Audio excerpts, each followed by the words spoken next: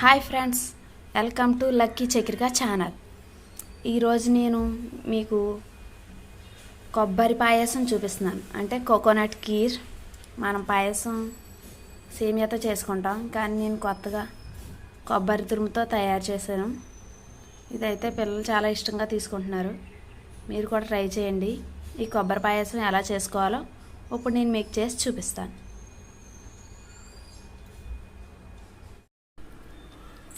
ఇప్పుడు కొబ్బరి కీర్ చేసుకోవడానికి మనం ఒక మిక్సీ జార్లో 2 స్పూన్స్ బాస్మతి రైస్, 2 స్పూన్స్ తీసుకోండి, సరిపోతుంది. బాస్మతి రైస్ లేకపోతే మామూలు రైస్ అన్నా తీసుకోవచ్చు. ఇప్పుడు దీన్ని గ్రైండ్ చేద్దాము.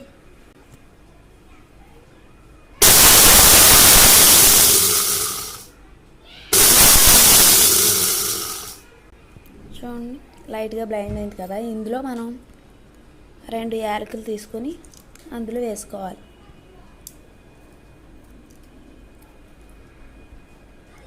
స్వీట్ కదా, అందుకని ఇందులోనే యాలకులు వేసి గ్రైండ్ చేస్తున్నాం. చూడండి, ఇది బాగా బ్లైండ్ అయిపోయింది కదా. ఇప్పుడు దీన్ని ఒక బౌల్లో తీసుకుందాం. ఇప్పుడు ఇందులో మనం కట్ చేసి శుభ్రం చేసుకున్న కొబ్బరికాయ ముక్కలు వేసుకోవాలి. వీటిని కూడా బాగా గ్రైండ్ చేసుకోవాలి.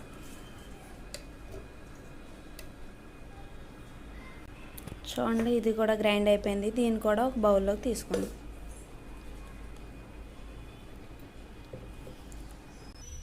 ఇప్పుడు స్టవ్ ఆన్ చేసుకుని ప్యాన్ పెట్టుకుందాం.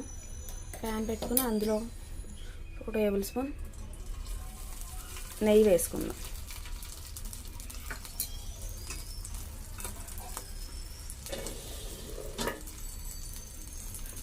నెయ్యి కాగింది కదా. ఇప్పుడు అందులో మనం బాస్మతి బియ్యం పౌడర్ చేసుకున్నాం కదా, ఆ పౌడర్ వేసుకొని దాన్ని బాగా ఫ్రై చేసుకుందాం. మనం ఎప్పుడు పాయసం సేమియాతోనే చేసుకుంటాం. నేను మా ఇంట్లో కొబ్బరికాయ ఉందని కొత్తగా ట్రై చేద్దామని కొబ్బరికాయతో ట్రై చేస్తున్నాను. ఇప్పుడు దీన్ని బాగా ఫ్రై చేసుకోవాలి. ఇది ఫ్రై అయింది కదా. ఇప్పుడు ఇందులో మనం జీడిపప్పు వేసుకుందాం. ఇదంతా లో ఫ్లేమ్లోనే చేసుకోవాలి. జీడిపప్పు వేసుకొని బాగా ఫ్రై చేసుకోండి.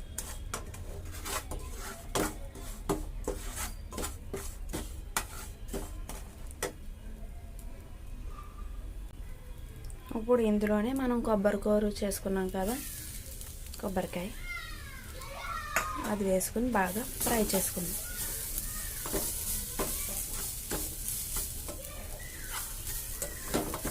లైట్గా ఫ్రై చేసుకుంటే సరిపోతుంది, మరీ ఎక్కువ ఫ్రై చేసి. కొబ్బరి కూర కూడా బాగా ఫ్రై అయింది. ఇప్పుడు ఇందులో మనం పాలు తీసుకుందాం.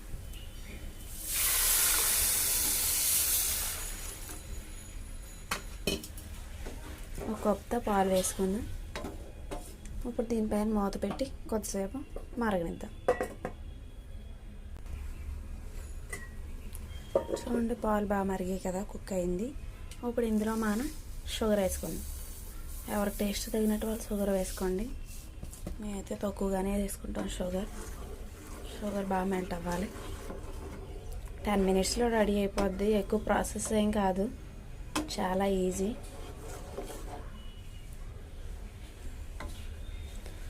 రోజుకో కొబ్బరికాయ ముక్క తినడం వల్ల మన ఆరోగ్యానికి చాలా మేలు చేస్తుంది. కొబ్బరికాయ ముక్క రోజుకో ముక్క తీసుకోమని పిల్లల్ని చెప్తారు. అలా తీసుకోలేకపోతే మనం ఇలా పాయసం కింద చేసి పెట్టినా పిల్లలు ఇష్టంగా తింటారు.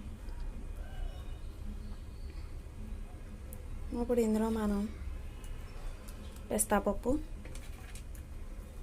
బాదం పప్పు వేసుకుని ఒక 5 మినిట్స్ కుక్ చేసుకుని తర్వాత స్టవ్ ఆఫ్ చేసుకుందాం. స్వీట్ కదా, మనం యాలకుల పొడి కానీ వెనిలా ఎసెన్స్ కానీ వేసుకోవాలి. కానీ నేను బాస్మతి బియ్యంలోనే యాలకులు వేసి ఆడేసాను కాబట్టి మనం దాని గురించి స్పెషల్గా వేసుకోవాల్సిన అవసరం లేదు.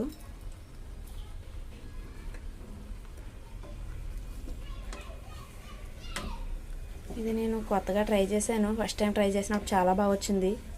అందుకే మీకు మళ్ళీ చేసి చూపిద్దామని చేస్తున్నాను. పిల్లలు ఇష్టంగా తిన్నారు.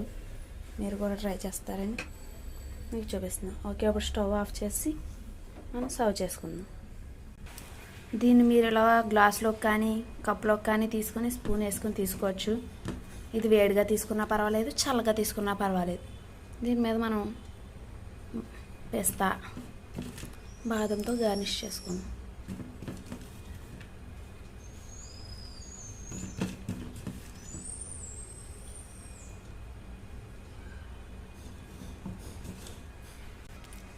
చూడండి, వేడి వేడిగా కొబ్బరి పాయసం రెడీ అయిపోయింది. ఇది ఒకసారి ట్రై చేసి చూడండి, మీకు కూడా నచ్చుతుంది. మా పిల్లలు అయితే చాలా ఇష్టంగా తీసుకుంటున్నారు.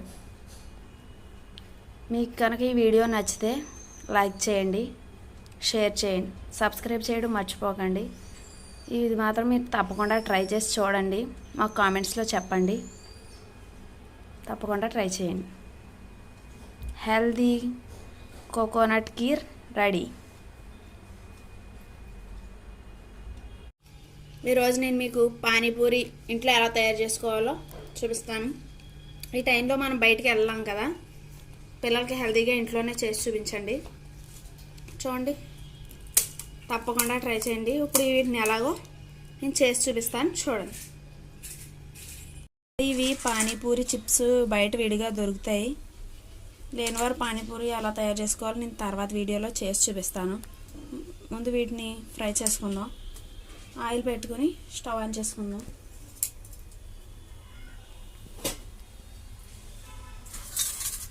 ఆయిల్ కాగింది కదా, ఇప్పుడు పానీపూరి వేసుకుందాం. చూడండి, ఇలా ప్రెస్ చేస్తూ ఉంటే ఇవి పొంగుతాయి.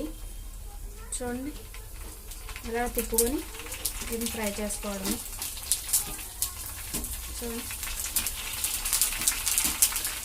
పానీపూరీలు రెడీ అయిపోయాయి. ఇలా మిక్సీ జార్లో పుదీనా, కొత్తిమీర, పచ్చిమిర్చి, అల్లం వేసుకున్నాం కదా, వీటిని బాగా గ్రైండ్ చేసుకుందాం.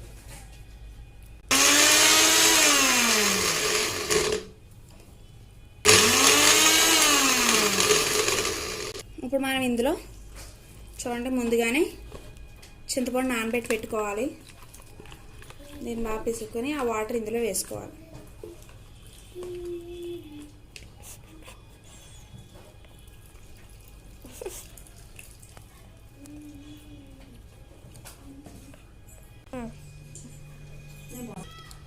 చూడండి, ఇప్పుడు దీన్ని బ్లైండ్ చేసుకుందాం.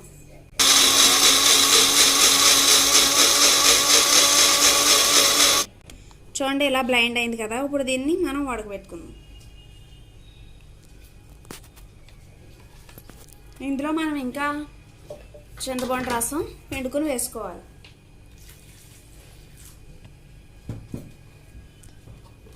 చింతపండు వాటర్ ఇంకా వేసుకోవాలి.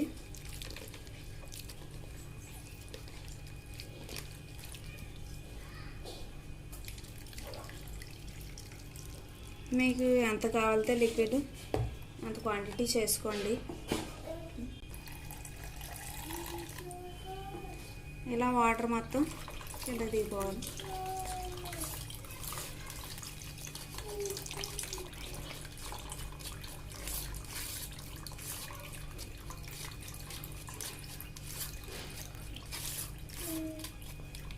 ఇంకా కొద్దిగా వాటర్ వేసుకుందాం.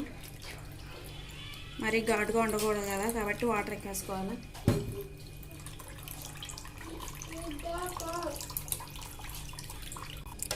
చూడండి, పానీపూరి పానీ రెడీ అయింది. ఇప్పుడు ఇందులో మనం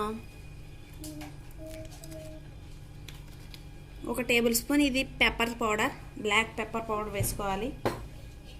అలాగే చాట్ మసాలా 1/2 స్పూన్ వేసుకోవాలి. ఇందులో రుచికి తగినట్టు సాల్ట్ వేసుకుందాం. ఇప్పుడు దీన్ని బాగా కలుపుకోవాలి మనం.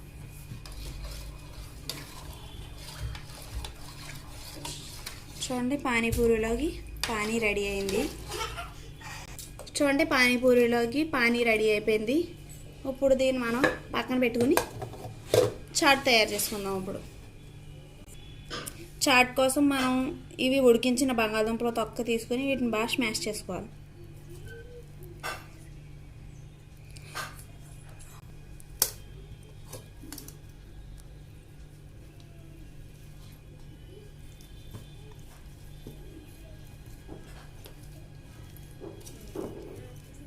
చూడండి ఇలా స్మాష్ అయింది కదా.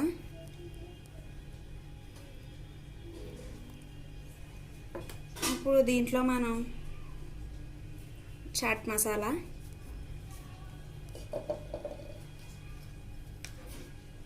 కొద్దిగా కారం,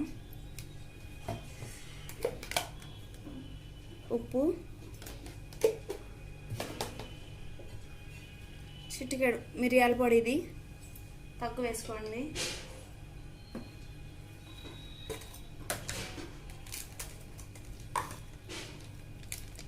ఇందులో కొద్దిగా మసాలా పొడి వేసుకోవాలి, అంటే జీలకర్ర ధనియాలు పొడి చేసిందనమాట. ఆ పొడి వేసుకొని వీటిని బాగా కలుపుకోవాలి.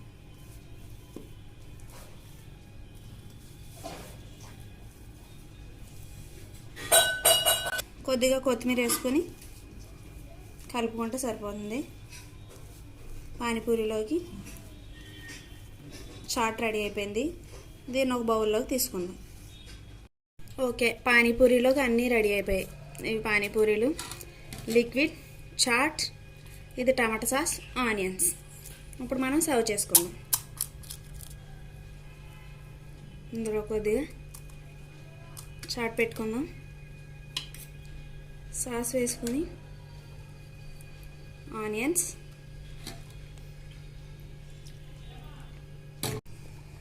ఓకే ఫ్రెండ్స్, వేడివేడిగా పానీపూరి అయితే రెడీ అయిపోయింది.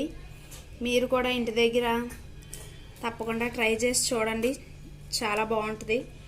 ఈ టైంలో మనం బయట తినలేం కదా, కాబట్టి ఇంట్లోనే ట్రై చేసి చూడండి, చాలా టేస్ట్గా వస్తాయి. ఈ వీడియో కానీ మీకు నచ్చితే లైక్ చేయండి, షేర్ చేయండి, సబ్స్క్రైబ్ చేయడం మర్చిపోకండి. Okay, bye.